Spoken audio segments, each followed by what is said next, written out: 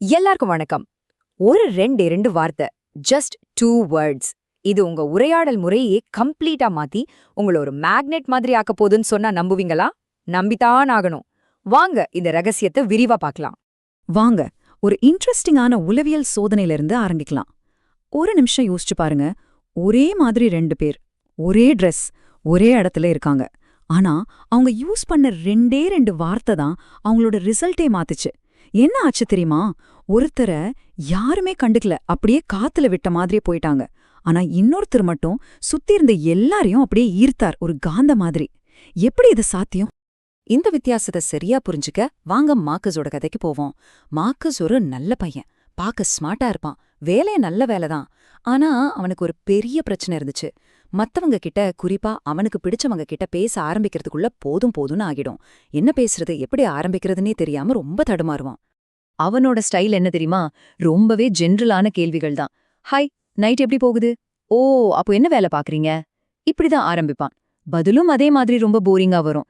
நல்லா இருக்கு, நான் ஒரு சாஃப்ட்வேர் என்ஜினியர், அவ்வளோதான். Conversation dead end. ஒரு சின்ன கனெக்ஷன் கூட வராது.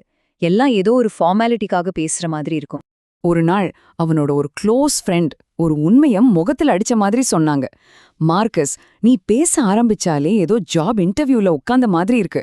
கேள்வி மேல கேள்வியா கேட்டுட்டே இருக்க. அந்த ஒரு நிமிஷம் மார்க்கஸ்க்கு சுரீர்னு உரைச்சது. ஆமா இல்ல, நம்ம உண்மையாவே பேசல, ஏதோ ரோபோ மாதிரி நடந்துக்கிறோன்னு அவனுக்கு புரிஞ்சது. ஓகே, அந்த 2 மேஜிக் வார்த்தைகள் என்னன்னு சொல்றதுக்கு முன்னாடி நம்ம ஒரு முக்கியமான விஷயத்த புரிஞ்சுக்கணும்.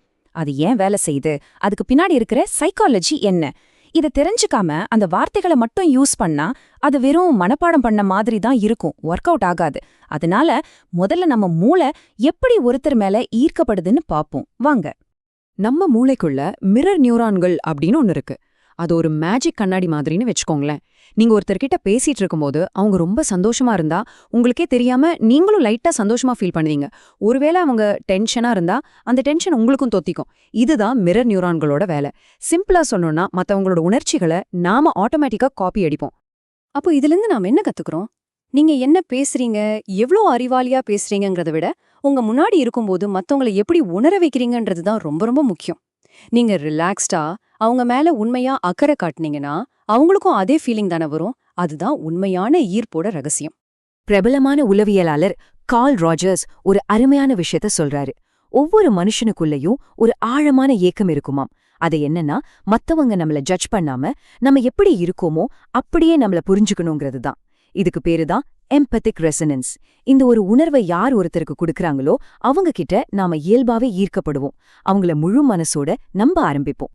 இப்போ நாம பார்த்த இந்த எல்லா சைக்கலாஜிக்கல் ஐடியாவையும் ஒன்னா சேர்க்கிற அந்த 2 வார்த்தைகளை தெரிஞ்சுக்க வேண்டிய நேரம் வந்தாச்சு. இது மார்கஸோட வாழ்க்கைய மட்டும் மாத்தல, நிச்சயம் உங்க உரையாடல்களுக்கு ஒரு புது பவர் கொடுக்க போகுது. அந்த மேஜிக் வார்த்தைகள் நீங்க பாக்க அவ்வளவுதான். என்னடா இது இவ்ளோ சிம்பிளா இருக்குன்னு நினைக்கிறீங்களா? ஆனா இதுக்குள்ள எவ்ளோ பெரிய உளவியல் சக்தி ஒளிஞ்சிருக்குன்னு தெரிஞ்சா நீங்களே ஆச்சரியப்படுவீங்க. வாங்க இது எப்படி வேலை செய்யுதுன்னு டீட்டெயிலா பார்க்கலாம். நீங்க இந்த வார்த்தைகளை யூஸ் பண்ணும்போது ஒரே நேரத்துல 3 விஷயம் நடக்குது. 1, நான் உங்களை சும்மா பார்க்கல, உண்மையாவே கவனிக்கிறேன்னு உங்களுக்கு சிக்னல் கொடுக்குறீங்க. 2, இது ஒரு கேள்வி இல்ல, அதனால பதில் சொல்லியே ஆகணும்னு எந்த ப்ரெஷரும் இல்ல, ஆனா உங்க மனசுல ஒரு கியூரியாசிட்டியை இது தூண்டும். 3வது ரொம்ப ரொம்ப முக்கியமானது, மனுஷங்களுக்கு இயல்பாவே தங்களை பத்தி பேச ரொம்ப பிடிக்கும். அப்படி பேசும்போது மூளையில டோபமைன் அப்படிங்கிற ஒரு கெமிக்கல் சுரக்கும். இந்த வார்த்தைகள் அந்த டோபமைன் ஸ்விட்சை தட்டி விடுது. சரி, தியரி எல்லாம் ஓகே, ஆனா இதை எப்படி பிராக்டிக்கலா தப்பில்லாம யூஸ் பண்றது? அதுக்கு ஒரு சிம்பிள் ஃபார்முலா இருக்கு. வாங்க அதை பார்க்கலாம். இங்கேதான் நாம ரொம்ப கேர்ஃபுல்லா இருக்கணும்.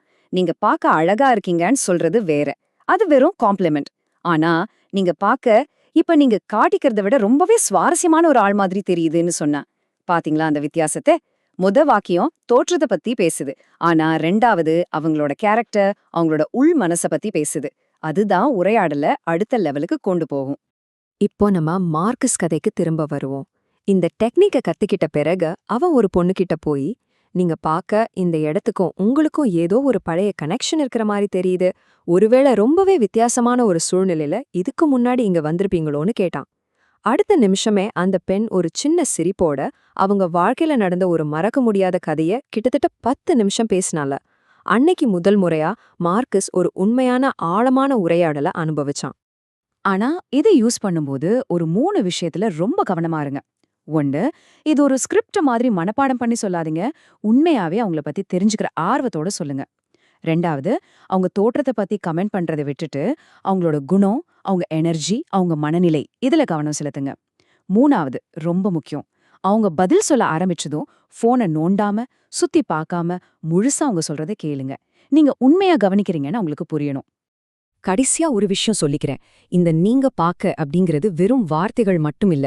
அது ஒரு பார்வை, ஒரு மைண்ட் செட்.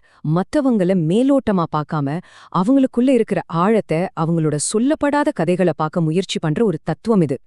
ஒருத்தரோட மனசுக்குள்ள என்ன நடக்குதுன்னு கவனிச்சு அத சரியா அவங்க கிட்டயே சொல்ற திறமைக்கு சைக்காலஜில பெர்செப்டிவ் அட்யூன்மெண்ட்னு பேரு. நீங்க இப்படி ஒருத்தரை உண்மையா பார்க்கும்போது அவங்க மூளையில ஆக்சிடோசின், அதாவது பாண்டிங் ஹார்மோன் சுரக்குமாம். இதுதான் ஒரு ஆழமான நம்பிக்கையையும் பிணைப்பையும் உருவாக்குறதுக்கான பயாலாஜிக்கல் காரணம். அப்ப ஃபைனலா சொல்ல வர்றது இதுதான். இந்த உலகத்துல ஒவ்வொருத்தரும் யாராவது என்ன முழுசா புரிஞ்சுக்க மாட்டாங்களான்னு ஒரு ஏக்கத்தோட தான் இருக்காங்க. அந்த ஏக்கத்தை பூர்த்தி செய்யற நீங்க தான் உண்மையிலேயே எல்லாரையும் ஈர்க்கிற அந்த மேக்னெட்டா மாறுவீங்க. மத்தவங்கள உண்மையா பார்க்க ஆரம்பிங்க. உலகம் உங்களை திரும்பி பார்க்கும். இந்த அலசல முடிக்கிறதுக்கு முன்னாடி உங்களுக்கு ஒரு சின்ன கேள்வி. இன்னைக்கு உங்க வாழ்க்கையில இருக்கிற ஒரே ஒரு நபரை, அது உங்க நண்பரா இருக்கலாம், அம்மா அப்பாவா இருக்கலாம், இல்ல கூட வேலை பார்க்கறவங்களா கூட இருக்கலாம், அவங்கள கொஞ்ச நேரம் நிஜமாவே பார்க்க முயற்சி பண்ணுங்களேன். அவங்க என்ன ஃபீல் பண்றாங்கன்னு உண்மையா கவனிங்க. அந்த ஒரு சின்ன முயற்சி ஒரு மிகப்பெரிய மாற்றத்துக்கான முதல் படியா இருக்கலாம்.